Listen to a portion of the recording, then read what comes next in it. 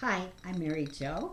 I've been a nurse for 50 years. I have lost over 100 pounds. Can you believe that? As a postmenopausal woman and reversed chronic disease in my life. And I am here to share with you how nutritional science created this miraculous transformation in my world. I last talked about insulin resistance. Insulin resistance is the prelude to and the symptom of type 2 diabetes. Why is your body resistant to insulin? As Dr. Neil Barnard said, this is really a fat disease because a myeloid-lipid, lipid meaning fat, sheath develops around muscle cells and liver cells, making it very difficult for insulin to open the cell to utilization of glucose for energy. As a result, there's increased stimulation to secrete more insulin, and eventually blood sugars go higher, higher, and higher till the diagnosis of diabetes is arrived at. When you look at it from both those prongs, you see disease entities lurking. High insulin encourages atherosclerosis, angiogenesis, visceral fat. Yes, it makes you grow fatter. I mean, if you got extra glucose riding around, it can cause that to develop itself into a lipid, and now you're growing fatter. Oh, yuck. And increases cancer proliferation risk. Now, all of that blood sugar in the bloodstreams, even though some of it is going to be utilized to increase fat production in the body, it's also going to combine with other chemicals, in particular amino acids, producing what's called advanced glycation end products. Advanced glycation end products seem to convolute the circulation of the entire body and can result in serious complications frequently associated with diabetes, to include retinopathy and blindness, kidney disease and dialysis, peripheral vascular disease, and intermittent claudication, which is pain on walking because you don't have enough oxygen going to the lower extremity muscles. Should you achieve a cut on the lower extremities with poor circulation, this can easily fester into an infection. It can become gangrenous and require limb amputation. So how do you stop all this from happening? And I suggested on the last account a plant-based diet. So I thought I should do at least a cursory research to see what I could find out specifically about plant-based diets. My first thought is that when you're reading research about a plant-based or about a diet, any diet, you have to know what they mean. Is a plant-based diet what I mean a plant-based diet is, or is it different? There was a very interesting review here provided. It's called the Association Between Overall Healthy and Unhealthy Plant-Based Diet Index and Risk of Prediabetes and Type 2 Diabetes, a systematic review and dose response meta-analysis of prospective studies.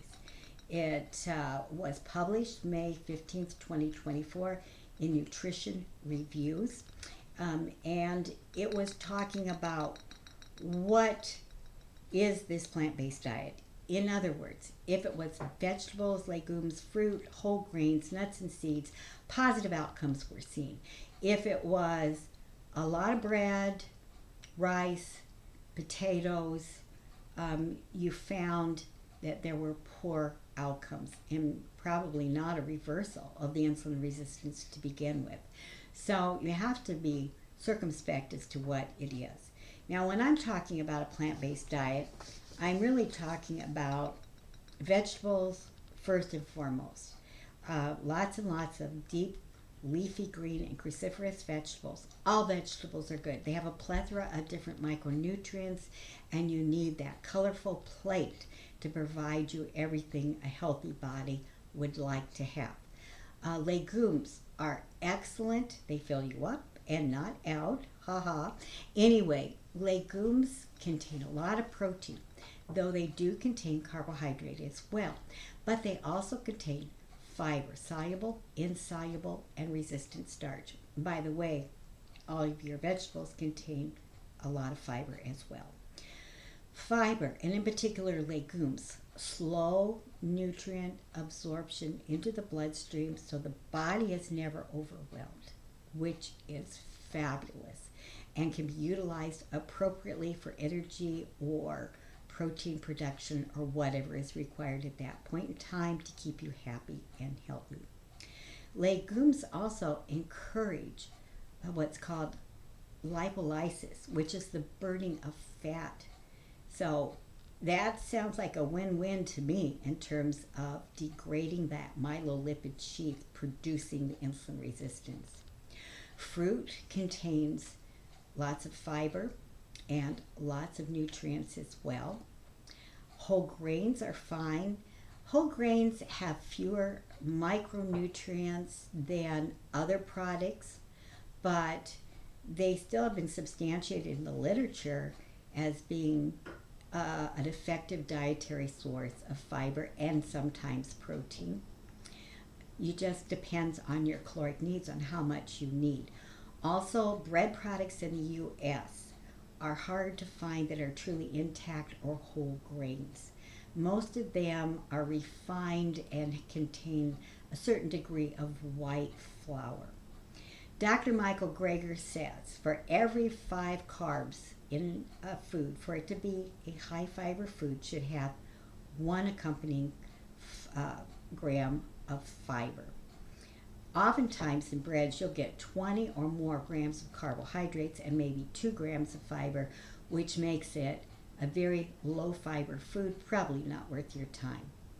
Nuts and seeds are absorbed very slowly. They are great to have small quantities with meals because they allow an increased absorption of fat-soluble nutrients. That's very, very important. 50 to 70% more absorption of excellent nutrients. They have very healthy fats in them. They also have stanols and sterols, which help pull cholesterol out of the bloodstream and into the bowel for evacuation. Who knew? That's awesome.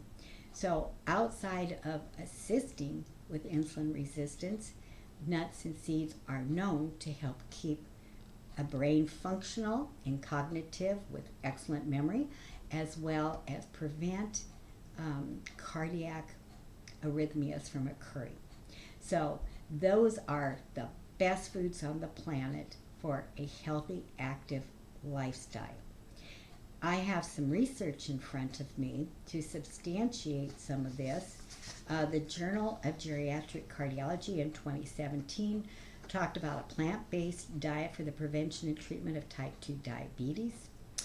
Advances in Nutrition, a prospective plant-based eating pattern for type 2 diabetes prevention and treatment, efficacy mechanisms, practical considerations.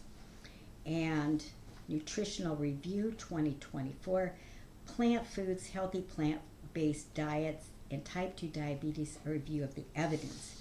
These studies collaborate that with eating this style I attempted to discuss with you, that there was increased insulin sensitivity and decreased resistance as well as weight loss, that the indices for blood sugar and cholesterol alike improved dramatically.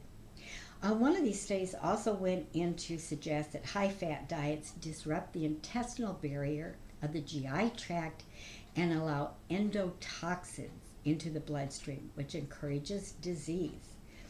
Low carbohydrate diets initially have a fall in blood sugar, but are followed by an increase in LDL, cholesterol, and blood sugar in the long run. So that would suggest that some of your keto and paleo diets are not going to be diabetic protective after the short term is over with. So there you have it. I will try and place some of these links in the description. Plant-based diet is effective perhaps because of its high fiber content, slowing absorption of nutrients.